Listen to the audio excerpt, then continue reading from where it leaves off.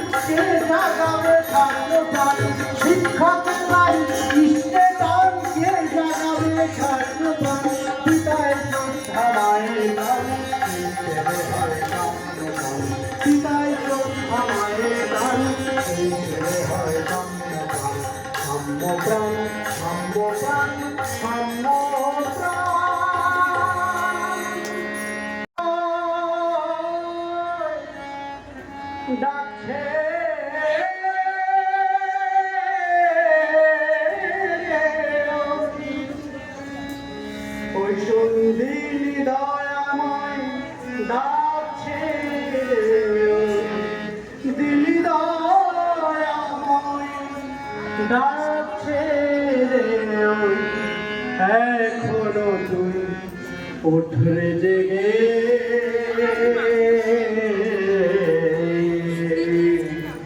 জীবন ব্রতে ব্রতী হয়ে ইষ্ট পথে চলে, জীবন ব্রতে ব্রতী হয়ে ইষ্ট পথে চলে। ওই সঙ্গী দয়াময় রাখে দিদি দয়াময়, ওই সঙ্গী দয়াময় রাখে এখনো তুই ওঠরে জেগে জীবন ব্রতে ব্রতী হয়ে ইষ্ট পথে চলে, জীবন ব্রতে। তো আজকে ধরণীদার ছেলের জন্মদিন উপলক্ষে ধরণীদার বাড়িতে সৎসঙ্গ ছিল। আমরা এই যে সব দাদা মায়েরা সব আনন্দবাজার নিয়ে এই যে বাড়ি ফিরছি। এ পাশে সব মায়েরা যাচ্ছে, এক হাঁটু জল। কাকদ্বীপে আমাদের প্রচুর বৃষ্টি হয়েছে, সামনে দাদা মায়েরা যাচ্ছে, আমরাও যাচ্ছি। ওই যে সবাই আসছে, প্রচুর জল।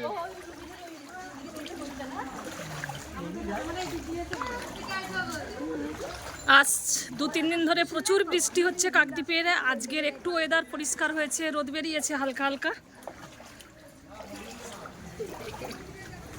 আমরা এই যে জল পেরিয়ে পেরিয়ে বাড়ি যাচ্ছি।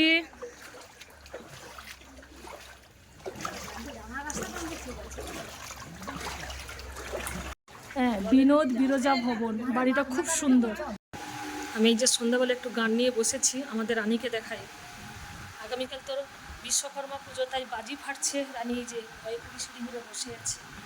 এরা মেঘ ডাকলে ভয় পায়, বাজি ফাটলে ভয় পায়, প্রচণ্ড ভয় পায় এরা। আজ রান্না করছি সজনে ডাঁটা, পেঁপে, কাঁচকলা, আলু দিয়ে একটা তরকারি বানাচ্ছি। আর মাশরুমের তরকারি বানাবো। মাশরুমটাকে ধুয়ে লঙ্কা গুঁড়ো, হলুদ গুঁড়ো, জিরে গুঁড়ো, একটু লবণ, মিষ্টি, সর্ষের তেল দিয়ে মেখে রেখেছি। কাজু বাদামটা ভিজিয়ে দেবো।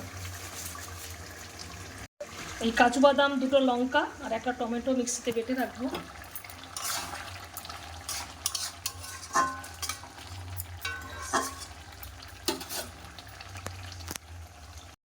এই যে রানী আবার চলে এসেছে রান্নাঘরে। রানী বাজি ফাটাচ্ছে। আমি যে রান্নাঘরে রান্না করতে এসেছি ও চলে এসেছে পেছনে। রানী কোথায় বাজি ফাটাচ্ছে? শুনছে আওয়াজটা, ও আবার বসে গেছে, বসে বসে আওয়াজটা শুনছে। রানী বাজি ফাটাচ্ছে। আমি যেই রান্নাঘর থেকে চলে এসেছি, রানী ও পেছনে পেছনে চলে এসেছে, আবার বসে গেল ওখানে। এই তো মাশরুম রান্নাটা হয়ে গেছে। সবাই কমেন্ট করে জানাবেন কেমন হয়েছে। ভিডিওটি আজ এ পর্যন্তই। সবাই লাইক, শেয়ার, কমেন্ট আর সাবস্ক্রাইব করে আমার পাশে থাকবেন। সবাই ভালো থাকবেন। Good night.